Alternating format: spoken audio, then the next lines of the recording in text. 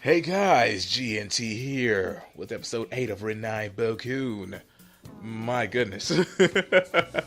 This was like, it was supposed to, well, I don't know if it was supposed to seem that way. Like, I think it was supposed to seem serious, but goodness, whole episode was cracking me up. Like at the beginning when they did that whole gag of them changing costumes to fight those guys, and then all of a sudden they had bombs that made the dudes, well, they didn't make the dudes fall in love. They were like smoke bombs, but while they were smoking, she got to writing. And she made all dudes couple up. Oh man, I was like, it's messed up. You just ruined a gang of guys' lives. But, you know, it's whatever. That was just the opening. Also, Yuzu in that ninja outfit was pretty nice. It looked cool. That should be her default outfit from now on. So, actually getting into the episode though, like this whole episode, which I figured they'd take this whole episode to do, covered Akane and you know, the whole thing with her and her family and Seiji and blah blah blah blah blah. Honestly,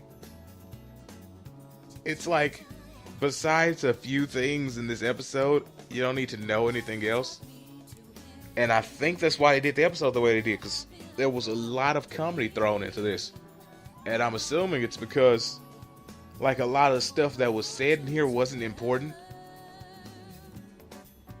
But you had some extremely good things. Like, there was a nameless guy who I personally believe is like hell in the DMs, because he just slid on in there with a sword out of nowhere. Like, no joke. Dude just showed up. He just slid up there and he was like, haha, had the sword already out. And then when Akane's mom needed another sword, he slid back in with two more. I'm like, this is the dude right here. We need to know about him. What's his backstory? He seems like he's cool. Oh, man. But yeah, this whole episode was just Akane's, you know, releasing, I guess you could say, from not just her mother's custody, but from her own emotions, or, you know, training to not have emotions. Also, finally get to see Yuzu's mother in this episode, and I gotta say, she looks great animated. Like, she just looked like a plain character in the manga, but in the anime, her character looks awesome. Like, and the blonde hair fits for her. Like, it's still, Yuzu's blonde hair still bugs me. Like, because all the time reading the manga and, you know, not seeing the covers and stuff, I just started assuming colors for hair in my head. And it was not blonde. So, I'm still getting used to it. Although it's not really a huge problem for me. It's still just, I don't know, it just doesn't look fitting to her character design. I don't know. It's just, maybe it's just me, I'm just bugging. But it works perfectly on her mother.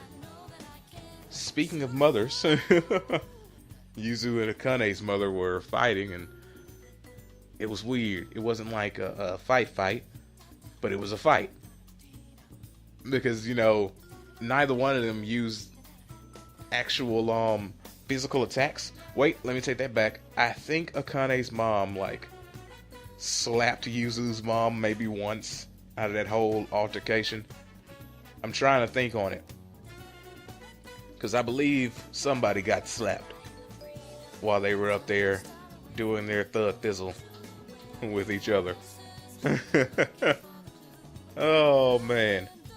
But yeah, besides that, there's not much to say about this episode, because, like I was saying, lots of comedy, lots of good gags and funny parts, like when Akane threw Guri and she actually stuck into the ground due to that one pointed hair on top of her head.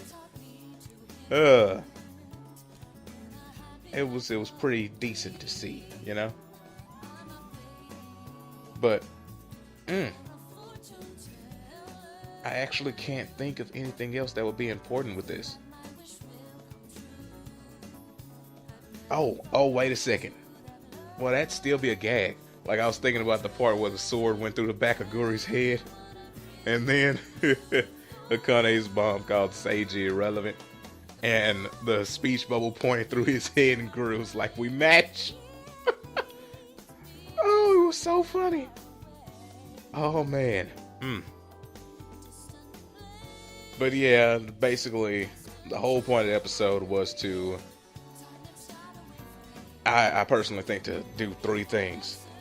First, to reaffirm Akane's feelings and stuff for Seiji.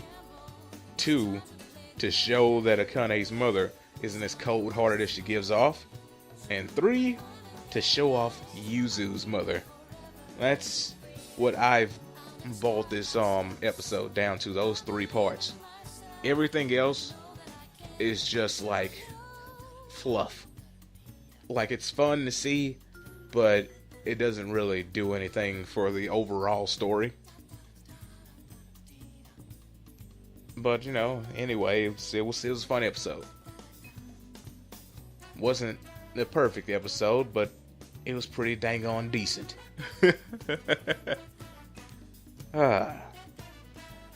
Alright, well, that's it for this.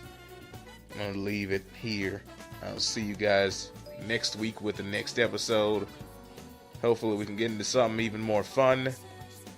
Tell me what you guys thought about this. Peace out and have a great day.